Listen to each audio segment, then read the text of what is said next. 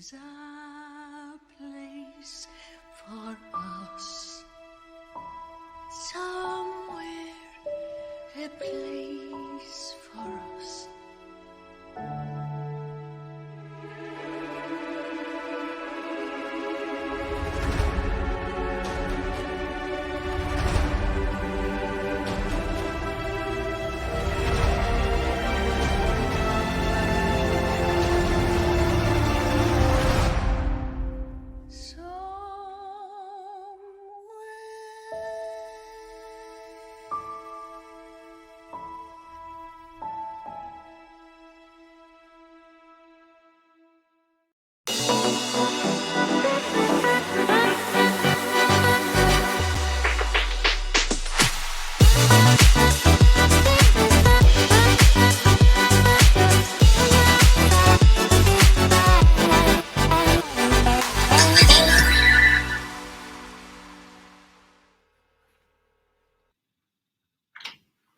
Hi everyone. Hola, buenas tardes. Mi nombre es Marcela Garcia. My name is Marcela Garcia, and I'm an opinion columnist for the Boston Globe. Welcome to the fight against the erasure of American Latino history.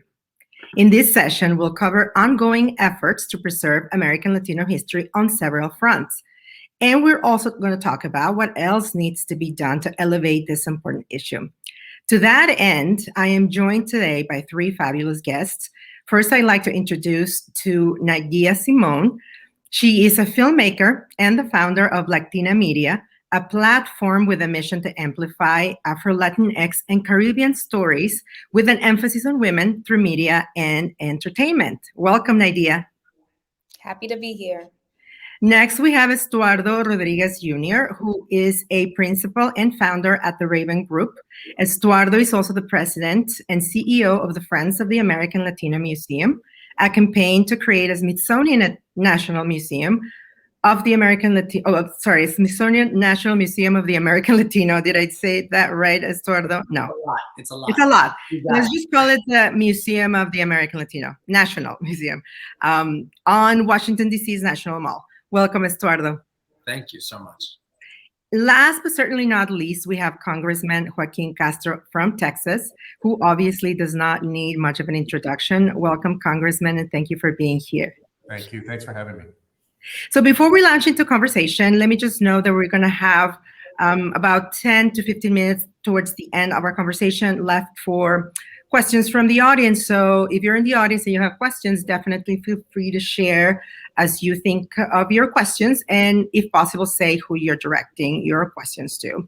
So let's get right to it. So as we all know, Latinas and Latinos in the US will soon see their history represented in the National Museum of the American Latino, which was a long time in the making. In fact, a couple of weeks ago, we went through another milestone when the trustees of the museum were announced. And so the project advances. So Estuardo, I'd like to begin with you as someone who obviously has been involved in that for a while. I was hoping you could walk us through that effort first, give us a sense of what it took to get this going. And, if you could also share what were the most significant barriers from your perspective. Wow, that's a lot. I'm going to do my best to summarize here so we can hear from the other amazing panelists. I think we have to start with 1994, the study, the willful neglect report that came out through a task force led by Raúl Izaguirre, the founder of NCLR, now called Unidos US. That report, Willful Neglect, was a look at the Smithsonian, all of their exhibits throughout all of their institutions, and the question of where were the American Latino stories. And the report came out with a series of recommendations based on the fact that the omission of American Latino stories was so blatant that it almost appeared intentional.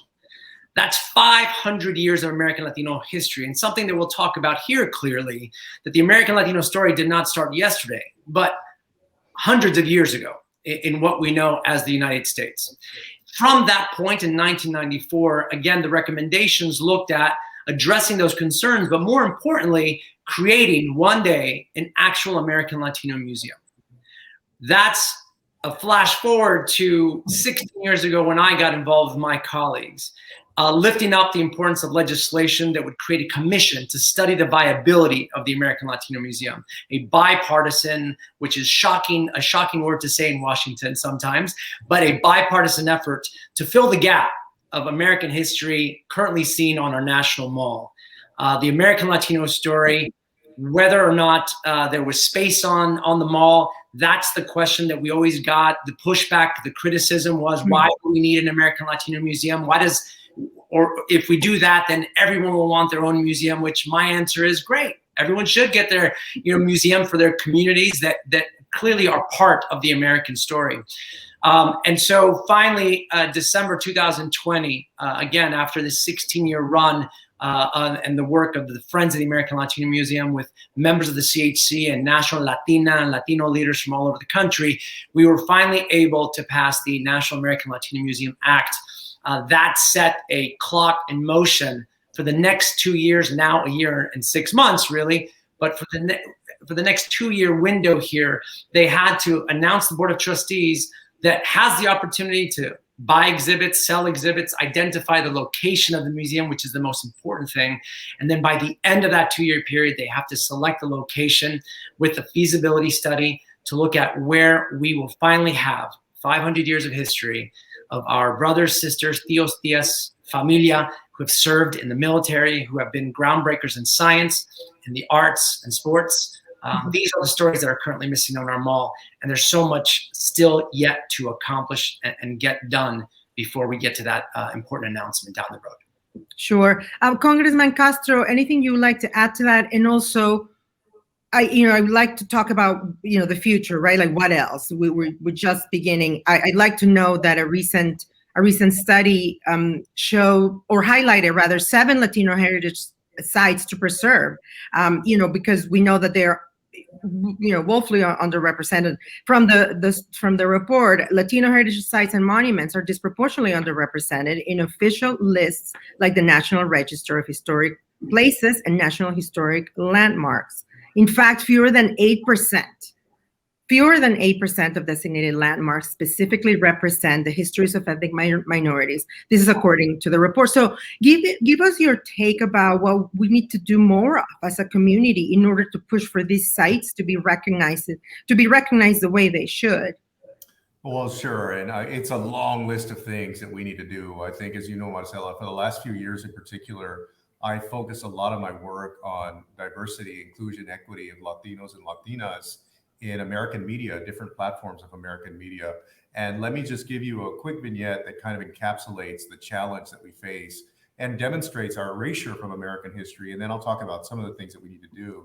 But we had a meeting last year, the Congressional Hispanic Caucus, with the Association of American Publishers.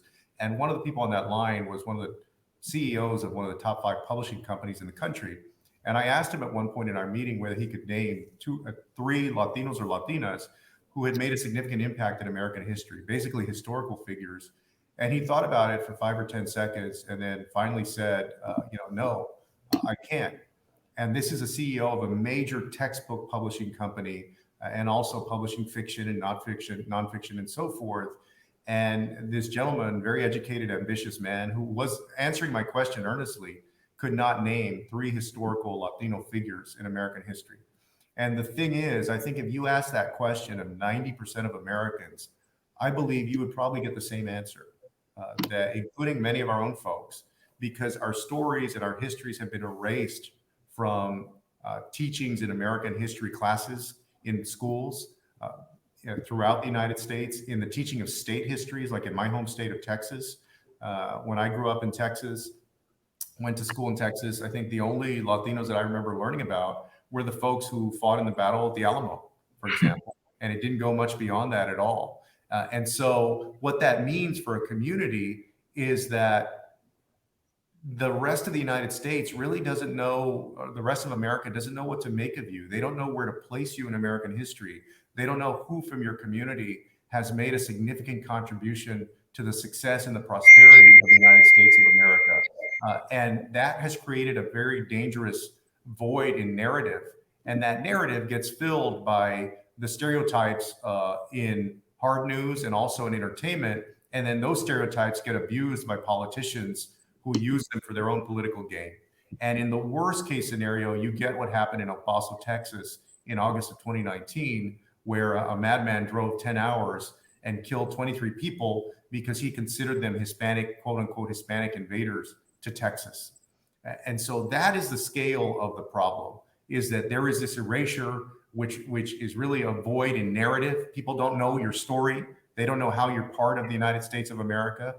And what we have to do about it, it's on many fronts. Like I said, different platforms of American media. I'm working with folks in the White House right now to convene a summit on Latino narrative in the fall. So we're feverishly working on that, pressing each of the different media platforms to change, and also going around the traditional media establishment and doing our own thing. But the Latino Museum is also going to be an important part of that, so that people who come to Washington, millions of people come here every year to take in the history of the United States of America, they can see how we have contributed significantly to the development of this country. And then, as you mentioned, other things like making sure that cultural markers of significance are preserved and recognized in American history, that they're upheld as important things in American history, and systematically, state by state, making sure things like ethnic studies are included as part of the curriculum. These are all important things that we have to be very systematic about our approach to. And that's some of the work that I've been undertaking, particularly in the last few years. Yeah, you mentioned something very key that none of us, and I count myself among this group, that I could probably name Latino historical figures, but I would have a hole and a bias there, right? So Nadia, I'd like to bring you in here. Like I mentioned earlier, you founded Blacktina Media as a way to amplify Afro-Latinx and Caribbean stories. So from that lens, using that lens, give us a sense of what are you hoping to see reflected in the National Museum of the American Latino? Like, give us historical figures, historical instances, or stories that you would like to see them there, and why? Because obviously this is all connected to our current, to the present, why those stories matter, and what can we learn from them, obviously, right? So give us examples of people, give us a mini class. Oh, well, I remember mini class, but Victoria Santa Cruz, I know you're Peruvian, Eduardo, so I would love to see that. I would love to see Vicente Guerrero. And I think it's important when we do these things that we're not participating in erasure ourselves. Many times, people have ignored the fact that Vicente, who formerly ended slavery in Mexico, had Black ancestry.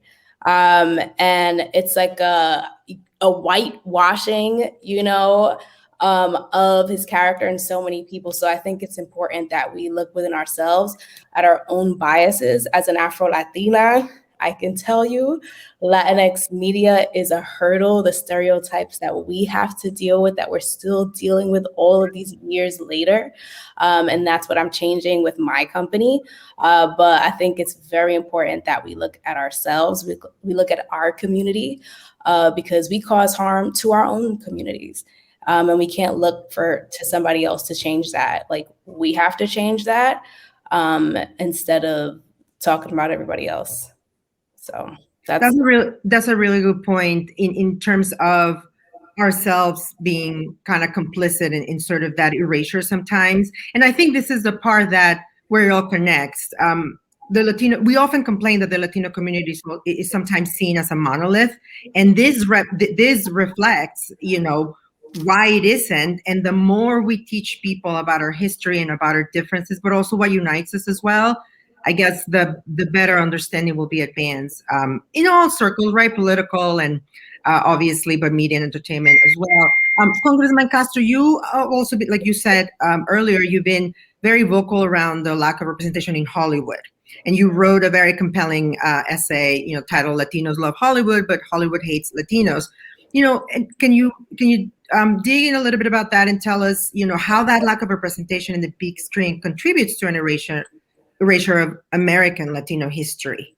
Well, sure. I mentioned that there are certain institutions in American society that define people and groups. And one of those is not just hard news, it's also entertainment and Hollywood. And Hollywood, I would argue, is still the main image defining and narrative creating institution in the country. I think tech is catching up to some extent, a lot of it because of disinformation. But Hollywood is still a major image defining and narrative creating institution. And Hollywood has had a disproportionate impact on how Latinos are perceived. And then, when you think of colorism even in Latino media, we took that up with Telemundo and Univision when I was chair of the Congressional Hispanic Caucus. All of those things affect how we see ourselves and also how the larger American society sees us. And remember, Latinos are almost 19% of the country now. You're talking about a significant group of people in American society who are barely understood. But to answer your question on Hollywood, Latinos overall get about 3 and 4% of the jobs in front of and behind the camera as of a few years ago. You can see the numbers are starting to change a little bit because there's been a more concerted effort in the last few years to change, but they're horrible. And then the last thing I would say on this is, because some people wondered, well, it's somebody in politics in Washington, why do we care about what goes on in Hollywood or which actor is getting a job or whatever? I think it's much deeper than that. This is a foundational issue for the Latino community and actually other communities, the African American community, the Asian American community, because this is an institution that helps define how you are seeing an American society. So it affects not only an actress that's going to get a job, but also a Latina that's going to apply to be an accountant, and she's got an interview in front of, maybe all white men who are making a decision about who they're going to give that job to, or somebody that's going to apply to be a teacher. That definition, those images, that narrative that comes out of Hollywood affects us. And so we've been working on challenging that old established order. Can I jump in? Go ahead, please. That was such a great point, Congressman. But even if that Latina was in front of a bunch of other Latinas and they were deciding how much she was going to get paid, it's important that they see people making money that look like them. Because the problem also is you don't shoot as high because you don't see yourself. So why would your sister be able to be the CEO of a Fortune 500 if you've never seen this? Why would you do that? That's stupid. That's a dream. So I think it's also important how we see ourselves. These films and these television shows inform how we see ourselves. Well, and to add to that point, there's a famous interview that Marlon Brando did in 1973. In January or so, early 1973, he had refused the Oscar for The Godfather, the Best Actor award. And he had a Native American woman who accepted the Oscar and made a statement for him. He did an interview on the Dick Cavett show later that year where he talked about imagining, or he said to the audience that they should think about a Native American child watching the old cowboys and Indians Westerns of the time and what it meant for them to always see themselves as the bad guys in those television shows. And that was true of Native Americans at the time. It's true of many communities still today that still pick up those negative images and self-imagery. Yeah, that's such a good point. Estuardo, I wanted to ask, and I'll come back to the Hollywood topic with you, Nydia. But before we move on, I wanted to ask Estuardo about, because we know that the museum, right, was years in the making, and I kind of want us to talk about if there are any lessons to learn from that fight that we could apply to all these other spheres and all these other arenas that we are also trying to basically do the same thing, whether it's Hollywood, whether it is, corporate America or media or, legacy media and legacy media institutions like the New York Times or my own newspaper. What are some of the lessons there? You mentioned earlier that people will complain and say, well, why do we need one for Latinos? Then everyone's going to keep asking their own museum. Are there any sort of immediate lessons that come to your mind that you can share and that we can apply to these other sort of fights? Yeah. Thanks for the question. I have learned a lot in my 16 years. Look, I'm a government affairs and communications professional. I'm not a historian. I'm not an academic, but I pretend to or play on TV, so to speak. After 16 years of learning so much about our own community, let me tell you, the road was paved by the Native American Indian Museum and the amazing Secretary Lonnie Bunch and the African American Museum on the National Mall. The African American Museum pre-pandemic was the hottest ticket in town in Washington, D.C. because it re-energized the mall and educated people to the idea that our story is not fully told, that there is an opportunity to excite millions, 27 million people come to the National Mall, not only from around the country, but around the world, to understand how did we become the nation that we are, the most powerful nation in the world. And we can't ignore, or better said, we can't leave our history on the mall as if it is done. We have to keep opening those doors, telling more stories, and demonstrating that the strength of our nation comes from our actual diversity that didn't start yesterday, but hundreds of years ago, which is why I'm always grateful and flagging the amazing work that Lonnie Bunch has done with the African American Museum, because that really made our job better. Yes, it was 16 years of my life so far, but the African American Museum, depending on when you start counting, took a total of 75 years to open those doors. Mm-hmm. 75 years. So when you think about that, Nadia, I know you're digesting that because I saw your eyes. But and I believe it. I know it. I know it's true. Well, because they had different iterations starting off, but the last effort that got it across the finish line was over 40 years, and that by itself. So my drive behind this whole thing was I can't beat that record. I need to make sure it happens sooner than that. And so really a collaboration that, again, I will always take the opportunity to say was fully bipartisan. The number of Republicans and Democrats in the House and the Senate that came together to get that bill through under the last administration. I'm just going to leave it at that. that is something that that I take with me as we get to the true finish line of opening the doors. But in terms of lessons learned, I learned that our story is so complicated. Unlike the beauty of the African American Museum that starts on that ground floor as the ship leaves the coast of Africa, our story starts in Spain and Mexico, Central America, South America, the indigenous areas of the U.S., and it's not just one seed, which creates a challenge for us. When I traveled around the country over the 16 years, I had people in Florida saying, oh, no, it's going to be a Mexican museum. I don't want to support that. I had people in California saying, oh, you're going to whitewash the history of the Spanish, and you're going to try to make them look better. And I was a listener to all these stories, as well as the amount of times that I had my hand slapped because I forgot to mention more of the Taino story, the more of the Afro-Latino story, more of the Asian Latino story. I mean, that diversity is going to be a challenge for true historians to go in there and weave an amazing and beautiful tale that will be the American Latino Museum.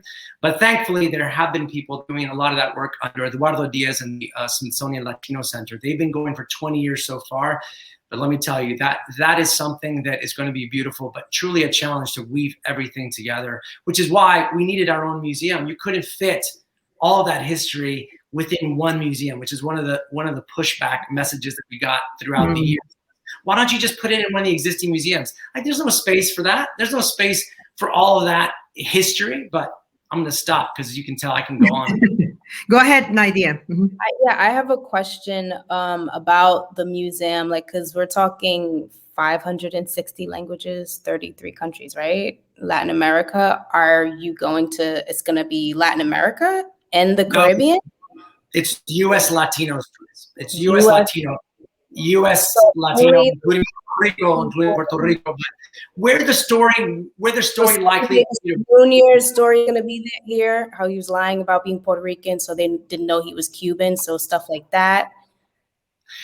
I missed the beginning of that. Like Sammy Davis Jr. lied about his mom being Cuban. We're gonna talk about how the Negro Leagues had Cubanos, Dominicanos. Right. I mean, America's favorite pastime is baseball, and how much time do we spend highlighting the Cubans, Dominicans that were part of the Negro Leagues early on, planting the seeds for America's biggest pastime? Tuskegee Airmen, one of them was Dominican. I think there were also there were a bunch of different people who studied at the Tuskegee school. So yeah, I love it. I think it's gonna be amazing. Like, I'm gonna go. We'll tip my hat. I will tip my hat again to Lonnie Bunch, and obviously I'm a fanboy here, but I'm going to tip my hat to Lonnie Bunch because when the African American Museum they opened up, they did an entire exhibit on the Afro Latino experience as well. I remember that. Mm-hmm. I know Ariana, who's Panamanian, so I hope that you guys are going to be working together very, very closely. We actually have a question from the audience, and I know I said in the beginning that we were going to do them at the end, but since we're staying on the topic of the museum, I like to say it now or post it now. There's a question from Cita Arocha for Estuardo. Which sites are under consideration for the museum, and is there a date yet for breaking ground? There are a 2-year window is what we're looking at right now. A 2-year window for them to determine the possible locations. There are 4 possible locations, and I'll quickly run through this. Yep. The open grassy area across from the African American Museum. When you walk from the African American Museum towards the Holocaust Museum, there's an open grassy space there. There was legislation that passed in December 2020 that was included in a bipartisan way. So my criticism is bipartisan here, that they included language to prohibit the reserve, which is that green space. So I'm looking at Congressman Castro here to make sure he finds a way to restore that language so we can build there. But if it doesn't go there, then you've got the Arts and Industries building, which is historically protected, which means it's an old building. We can't change the outside. And then you're sitting shoulder to shoulder with beautiful architecture like the African American Museum, the Native American Museum, and then we're stuck in an old red brick building. I don't think it works. Then finally, you got the open parking lot that's on the Senate side. It is the Senate parking lot. So I'm going to see if Senator Menendez will convince his colleagues to give up their parking lot. I mean, wouldn't it be better if they just parked in the American Latino Museum and then as they walked out, they get their pastelito or their parking. People are very particular about their parking. But right now it's uncovered parking, so they just hit by the sun. It'd be better if they were in the Latino Museum and get some park there. And yes, come I agree. And the last space is the Department of Agriculture. It's the only federal agency on. It should be there. Everyone agreed historically it shouldn't be there. It's a beautiful building. We should try to move them, but like trying to move a federal agency, that's easier than moving parking. Really think so? That's great. I'm gonna well, that's exciting. So a timeline of 2.5 years, you said, for breaking ground or so? No. Let me pull it back on. 2 years to identify the location. Oh, to identify. I see. After that, they have to then see which location is the easiest one to move into, and then they'll break ground within the architectural design process. So we're talking opening the doors. We're still talking at least another 6 to 8 years before. Oh boy. So. Well, I mean, I guess when you take into consideration the time that's taken, it's really not that long away. But this is the happiest I've been in this whole process. I actually have a finish line where I get to just be done. I'm not the historian. I'm like, go for it. So I'm excited about it. You're done. Yes. Well, that's fantastic, and that's very exciting. So, Nydia, to bring it back to the Hollywood sort of topic, because I know you're a filmmaker and you have thoughts on this. Tell us about your experience in Hollywood. You made a very excellent point earlier about how sometimes our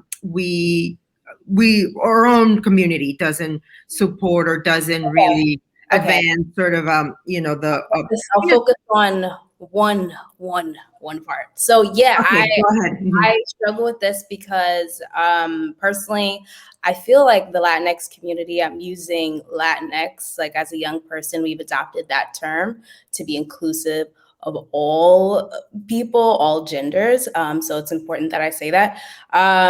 But we don't invest in young people, and we expect for non-Latinx Caucasians to invest in our community. And I feel like we need to do that for ourselves because they are investing in themselves. And you can say, yes, they have more resources, and that may be true, but it's a system. And that's why the pipeline looks the way it does, because you're investing in somebody that looks like you, Maybe they sound like you has a similar story. And if we're not investing in young filmmakers that look like us, that have similar stories, we cannot complain about representation. Because personally, as a Panameña, like, I don't want anybody talking about the Panama Canal who is not Panamanian, who doesn't have, at least a taste of that culture. Like, you don't understand. You have to feel it. You have to smell it. So I think it's really, really important for us to invest in young people and for our elders to, reach back. We're here and we want to tell your stories. We're so passionate about telling your stories. So yeah. That's very powerful, and I agree. I think there, with the whole what was happening in Haiti and what's happening in Cuba right now, I think I've seen a push, at least in social media, to elevate voices of people who are directly affected by all this. Events in the world, even though we all can relate to them. In the case of Haiti, Latin America has a great history of coups or coup d'etats and authoritarians, but I think there's more of a push to elevate voices centered in these stories. Not that we don't have opinions about it, but I think it's important to elevate those perspectives. So I'd like to move to a different front, which is sort of Congressman Castro, you referenced it earlier, which is ethnic studies, and it's something that obviously has been a lot in the media as it relates to other communities. Asian Americans have also been very central to this conversation. As we know, California has been leading on this effort, trying to push to adopt ethnic studies curriculum for the state universities, but also K-12, right? And so we know that ethnic studies definitely encourage a much more expansive recounting of history, right? And so I'd like to, Congressman Castro, I'd like to ask you, what do you see happening on this front? What can people do to engage in this fight? This is very local, obviously, right? Like, right. I do see this issue being animating some people on the right or more conservative circles to run for school boards, right? And so I'd like you to tell us your opinion. Like, what can we do to also make our curriculums, public schools incorporate our story, our history? Well, it's interesting, as you mentioned, California is one example that probably has the most progressive posture on ethnic studies. And so there's different situations in different states. In my home state of Texas, until about 2016, there were no schools, public schools at least, that were teaching any kind of ethnic studies, whether it's African American studies, Mexican American studies, or so forth. And then there was a group in Texas that worked with the State Board of Education and also the legislature to make it so that school districts in Texas could offer ethnic studies as an elective. And that's still how it stands now. There was a piece of legislation that passed the state house but didn't get through the state senate in this last legislative session earlier this year that would have made these courses not just electives but part of the core curriculum. And again, that didn't pass. But you mentioned what people can do in places like Texas. What we need to do is, and this is the local angle, is get school districts and school board members to actually adopt these ethnic studies courses as electives in their high schools and middle schools. And some are doing a lot better than others. You can imagine there's patches in the state, it's a huge state, where none of the school districts are offering ethnic studies. And so there's a lot of work to be done by people in communities to actually go there and petition their superintendents, their principals, their school board members to actually take these things up and make it part of the school.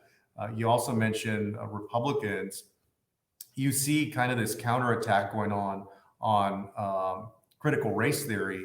But I don't. From what I've seen, a lot of Republicans that are making the argument don't really understand the substance of critical race theory, and they also don't understand that, especially in places in the Southwest, even in California, actually, that isn't really something that's taught much in the public schools. That's mostly a university, mostly taught in a university setting, and it's taught as an elective. People aren't, for the most part, being required to take it as part of their core curriculum in colleges. But the spillover effect is that has kind of affected how all of these issues are treated, not only by universities, but also by public school districts. So that they have made it an issue in that sense for secondary education.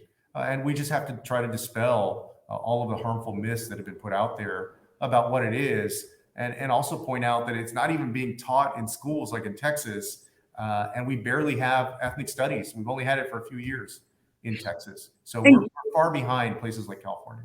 And just to be clear, I mean, ethnic studies is just a more accurate and expansive teaching of history that includes the point of views of Native Americans. It's inclusive, right? It's inclusive. Trying to make sure that you're being inclusive as you tell history and not leaving out, obviously, important groups in American society. It's trying to be as inclusive as possible. But as you all know, there are these rogue attempts to turn it into something sinister, which it isn't. There's definitely been a tendency to equate it to even the critical race theory debate that you talk about. And is there anything, Nydia and Stuart, is there anything that you like to add in this topic? Yeah, I just want to say, I remember it being in history class, and the only Black person in this one history class I learned about was Crispus Attucks, because he was the first death of the New World, and that's it. I know there had to be other Black people. There had to be other Black people, but it was he was I really thought he was the only one. I don't know how he got here, and so yeah, we need to tell the whole story. Yeah, my high school experience was, and this is, I mean, it sounds funny, but it's completely true. It was the Pilgrims landed on the East Coast, and then they moved west, chopping down trees and bringing civilization as they moved west. And I swear, I believed that. I was like, Oregon Trail. How they do that? They omitted the missions of San Antonio. They omitted the first capital in the United States was Santa Fe. St. Augustine was the first city. They had a bunch of people helping them on the way. And here they are presenting history oh, you don't know, it was bad. We had to chop trees and right. Yeah, I don't even want to tell you what my experience was, because I went to public school in Mexico, and I don't even want to tell you what they taught us there. But yeah, obviously, Cristobal Colon was completely idolized and glorified. And, again, we all bring all this type of baggages, right? And this is why public education is so important, to be that inclusive. So we have a question from the audience, and I think I'm going to post it now before our last question, which is for all of you, because I know we have a hard stop at 4:50. So Diana Nanez asks, your panelists have spoken poignantly about the lack of parity, representation, equality, and how that affects the lives and dreams of our gente. U.S. newsrooms have an ethical responsibility to accurately reflect our communities to strengthen our democracy for all people. How are you organizing and working to hold news organizations and news executives accountable for racial/ethnic parity that accurately, equitably reflects the communities we serve? Can I start? Go ahead. Because I saw the question and I was like, I'm ready. So for me, this is super, super personal, because when Blacktina posts something, people will take and run.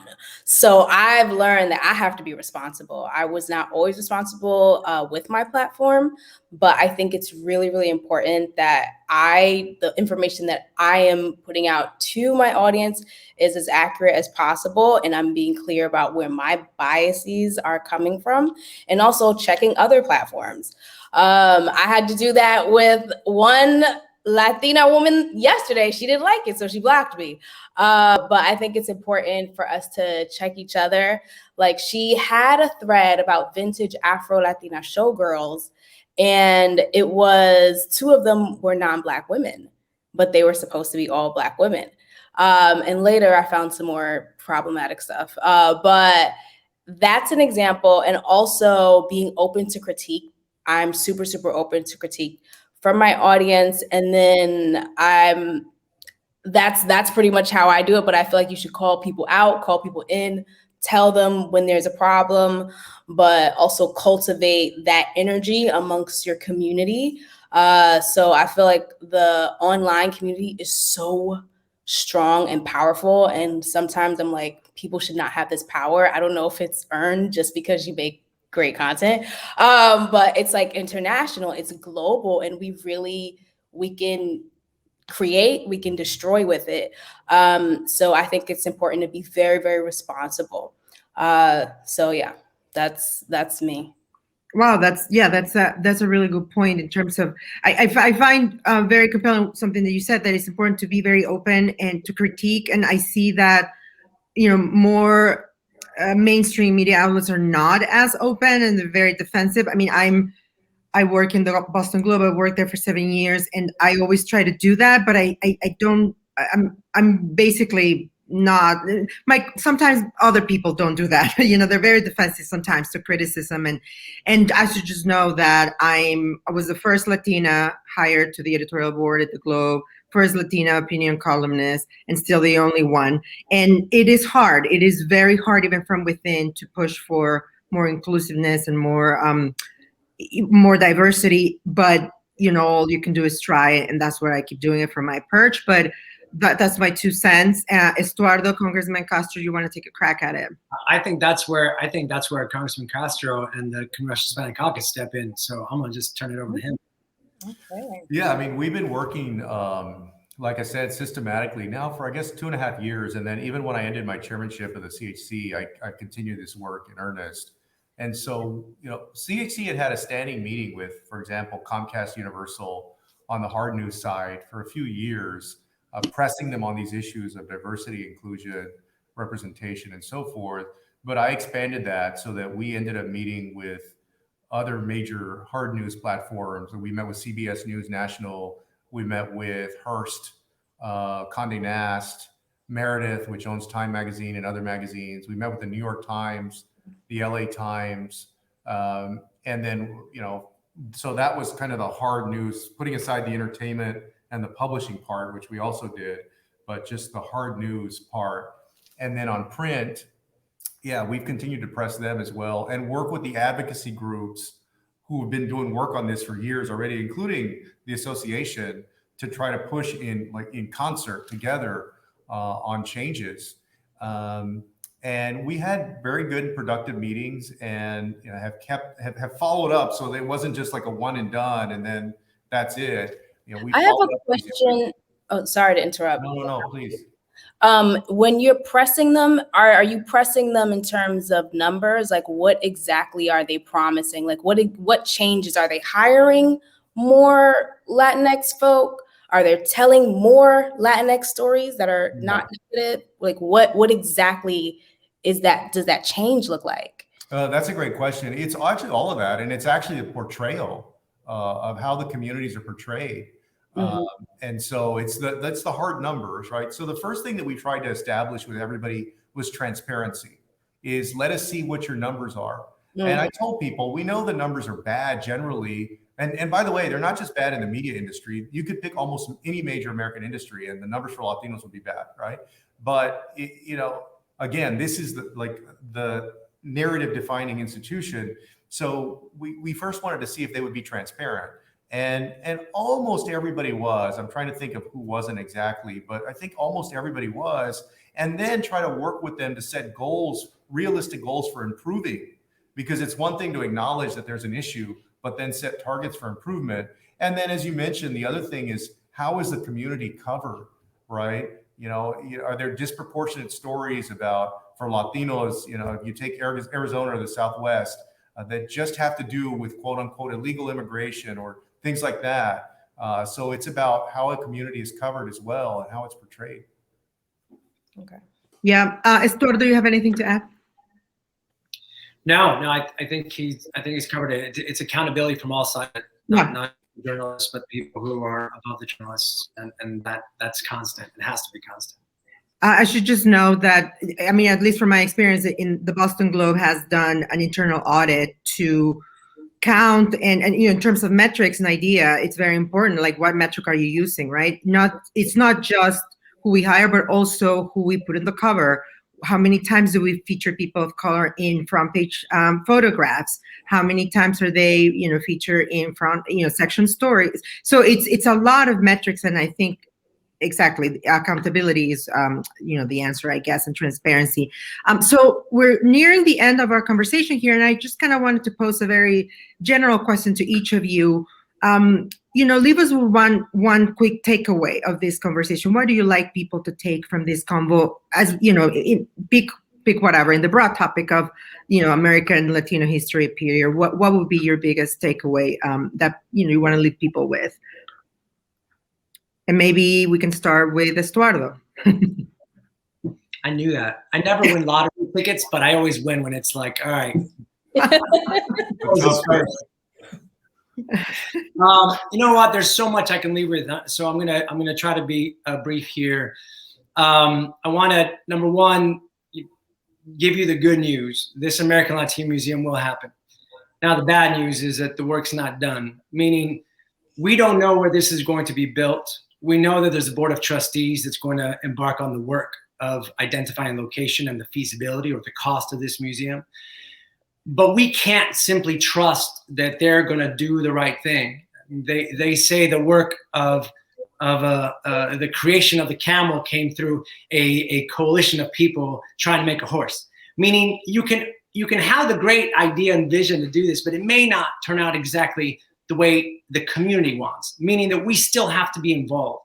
We need to make sure that the Board of Trustees, the Smithsonian Board of Regents, commits to the creation of this building on the National Mall, as we know it, between the Washington Monument or Lincoln Memorial and the US Capitol. That's the National Mall. We can't have them all of a sudden decide that the museum is going to be built somewhere off the mall, because that's not where history is told. It's told on the mall. So I flag that for you because I need you to get involved and make sure that every time an opportunity comes up and we highlight that you highlight the American Latino Museum and its future, that you always include it has to be on the National Mall. And number two, we have to put skin in the game. This is a 50-50 model, just like the African American Museum.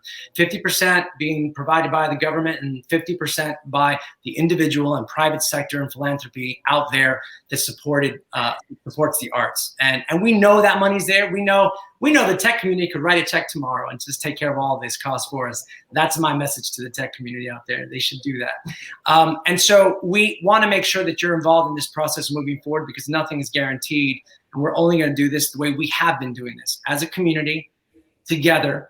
And once we're in the museum, as we say in Spanish, ahí nos peleamos. We'll work out what goes in and how the story is told. But right now, we must focus on staying together and working together, make sure this does get across the finish line and is built on the National Mall for the 27 million tourists around the world.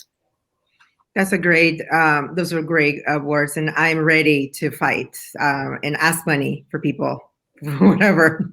Congressman Castro, why don't you go next?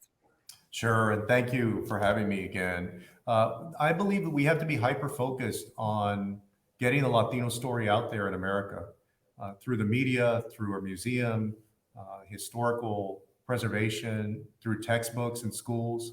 We need to do everything that we possibly can to tell our story and to define our own community and not be defined by institutions over which we have very little control. And so a lot of my work in Congress now is aimed at doing exactly that and building coalitions to accomplish that, whether it's in hard news or entertainment or publishing, and then of course, being very supportive of the Latino Museum and other efforts as well. And so I hope to continue to work with y'all on these things. Thank you. And Naidia? So I just took a screenshot for social. So for me, like my family just had a Zoom reunion, like on my Panamanian side, and something that my Theo made sure we all got into our heads that nobody is self-made in this family, that we all help each other, we all work together, we all help each other.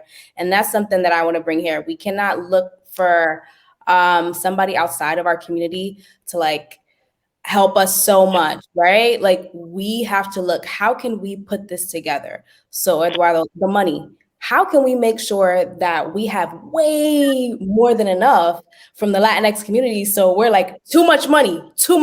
Like, we got it. How can we do this with the resources that we do have? Because we are resource rich and we need to focus on our own biases and our own community and support young artists if we want to be represented. Support Black Latina. And also shop small, shop local. Shop Latinx is a Latinx directory. It's like the Latinx Etsy. So we got to pour back into our own businesses, like, you know, get that currency circulating, get the Latinx dollars circulating. So yeah, that's what I want to leave everybody with. Great. Awesome. Thank you so much to the three of you. Thank you for your insights and your time. I'm sure everyone is ready to, you know, get involved and get engaged. And I cannot wait to go to that museum. Just as I was very, very excited to go to the African American Museum. I'm sure it'll be the same or more for us. Best food on the National Mall, no doubt. Oh, yes. By far. Oh, thank you so much, you all. Thank you for your time. Yes. And thank you, NHAJ. Bye.